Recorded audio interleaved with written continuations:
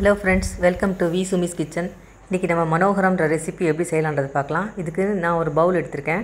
அதில் 2 கப் அரிசி மாவு, நம்ம வீட்டில் அரிசியை கழுவி காய வச்சு அரைச்ச மாவு தான். அதோட 4 ஸ்பூன் உளுத்த மாவு, உளுத்த பருப்பு லேசாக வறுத்து அரைச்சி பவுட்ரு பண்ணி ஜலிச்சு எடுத்த மாவு 4 ஸ்பூனு.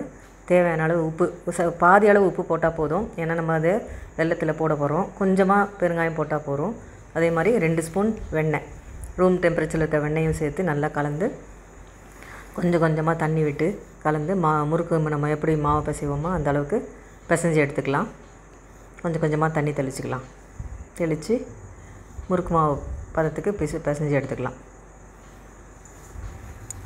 இது நல்லா பிசைஞ்சு வந்த உடனே இந்த ஸ்டீலில் வரும்ல, அதில் சின்ன கொஞ்சம் பெரிய சைஸ் ஓமப்படி அச்சு இருக்குல்ல, அந்த அச்சு போட்டிருக்கேன்.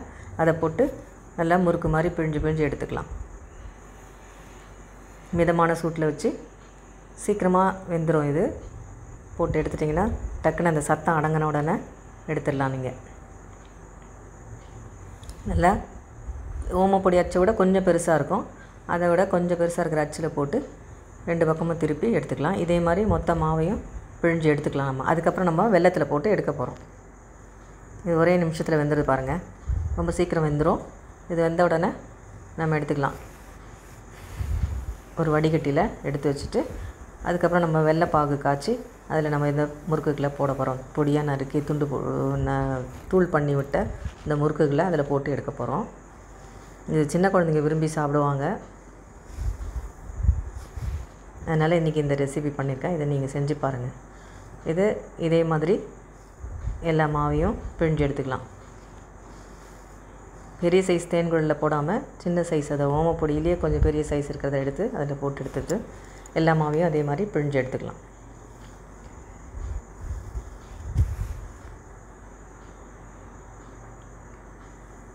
ரொம்ப சீக்கிரமாக வெந்துடும். இது நல்லா கிறிஸ்பியாகவும் இருக்கும். மிதமான தீயில் வச்சு பிழிஞ்சு எடுத்துக்கலாம்.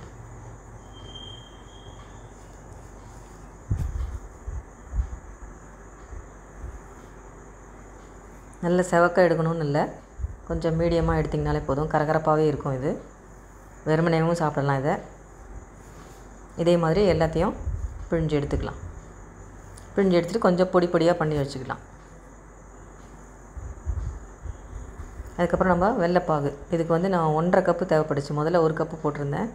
அது 2 மொத்தம் பிழிஞ்சு எடுத்தது நிறைய முறுக்கு கிடச்சதுனால 1.5 கப்பு வெல்லம் போட்டு 1/4 டம்ளர் தண்ணி ஊற்றிருக்கேன். ஊற்றி நல்லா கல் மண் இல்லாமல் வடிகட்டி அதுலேருந்து பாகு எடுக்கணும். இது பாகு பதம் பார்க்கணும். இதில் நான் பாகு பதமும் சொல்லியிருக்கிறேன். முதல்ல எப்படி வரும், அடுத்த என்னது பதம், கடைசியில் இதுக்கு போட வேண்டிய பதம் என்னதுன்றதை நான் டீட்டெயிலாக காமிச்சிருக்கேன். இதில் நீங்கள் பார்த்து ஃபாலோ பண்ணிக்கோங்க.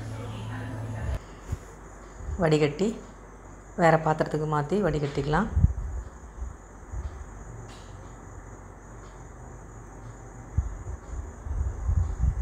இது பாகு பதம் செக் பண்ணுறதுக்கு ஒரு கப்பில் தண்ணி வச்சுருக்கேன்.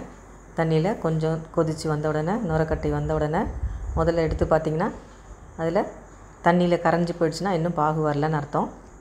அதுக்கப்புறம் இன்னும் ஒரு 2 நிமிஷம் 3 நிமிஷம் அப்படியே கலக்கிட்டே இருந்திங்கன்னா அடுத்த பதம் வரும்.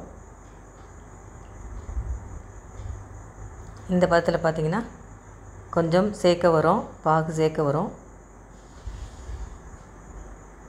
ஆனால் இதுவும் கரைஞ்சி போயிடுச்சு. இதுக்கு அடுத்த பதம் தான் நம்ம தக்காளி பதம் சொல்லுவோமே, அது மாவுக்கு எடுக்கிற பதம் தான் அது அடுத்த பதம். இதுலேயும் கரைஞ்சிடுச்சு, இதுவும் கிடையாது.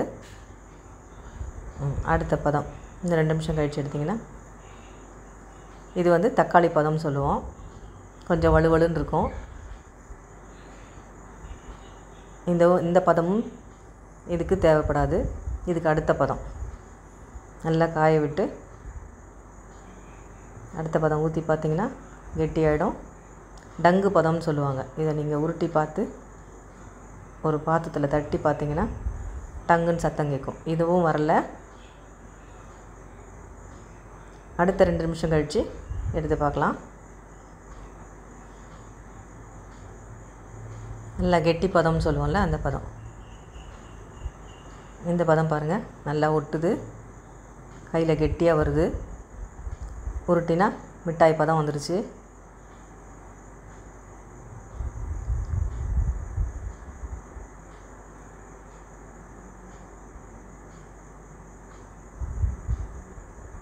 ஆனாலும் கொஞ்சம் வழுவழுப்பு இருந்துச்சு. இப்போது கடைசியாக எடுத்துருக்க பாருங்கள், இந்த பதம் பாருங்கள். இதை நீங்கள் ஒரு தட்டில் போட்டு பார்த்தீங்கன்னா அது பாருங்கள் நல்லா கெட்டியாக டங்குன்னு சத்தம் கேட்கும். அது இதில் சத்தம் கேட்குது. அதுக்கப்புறம் அதை எடுத்து இந்த பாகை எடுத்து நம்ம ஒடிச்சு சின்ன சின்னதாக ஒடிச்சு வச்சுருக்கிற முறுக்கில் இதை ஊற்றி கொஞ்சம் நேரம் பேசி ஆற விட்டு கைக்குள்ளே சின்ன சின்ன உருண்டைகளாக நம்ம பிடிச்சி வச்சுக்கலாம்.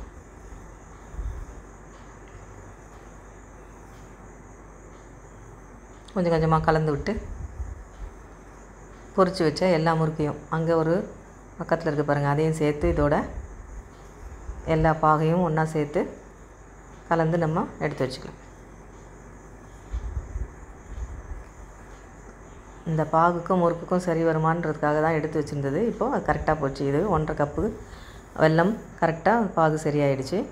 நல்லா கலக்கி விட்டு ஒரு 2 நிமிஷம் ஆற வச்சு சின்ன சின்ன உருண்டைகளாக பிடிச்சிக்கலாம். கையில் பிடிக்க வரலனா லேசாக ஆயில் அல்லது நெய் தடவி கையில் பிடிச்சிக்கலாம்.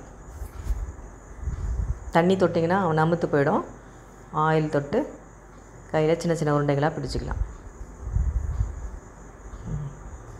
2 கையில் வச்சு பிடிச்சிக்கலாம்.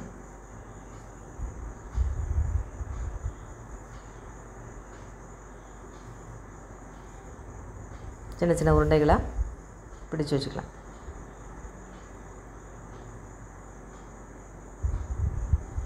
ரொம்ப சுலபமாக பண்ணிடலாம். இது குழந்தைங்களுக்கு ரொம்ப பிடிக்கும். நீங்களும் இதை வீட்டில் செஞ்சு பாருங்கள், எப்படி வந்துச்சுன்னு சொல்லுங்கள். இந்த வீடியோ பிடிச்சிருந்தா லைக் பண்ணுங்கள், ஷேர் பண்ணுங்கள், சப்ஸ்கிரைப் பண்ணுங்கள். எல்லா பாகு பிடிச்சது எல்லாத்தையும் உருண்டைகளாக செஞ்சாச்சு. கிறிஸ்பியாகவும் இருக்கும், அதே சமயம் இனிப்பாகவும் இருக்கும். தேங்க்யூ.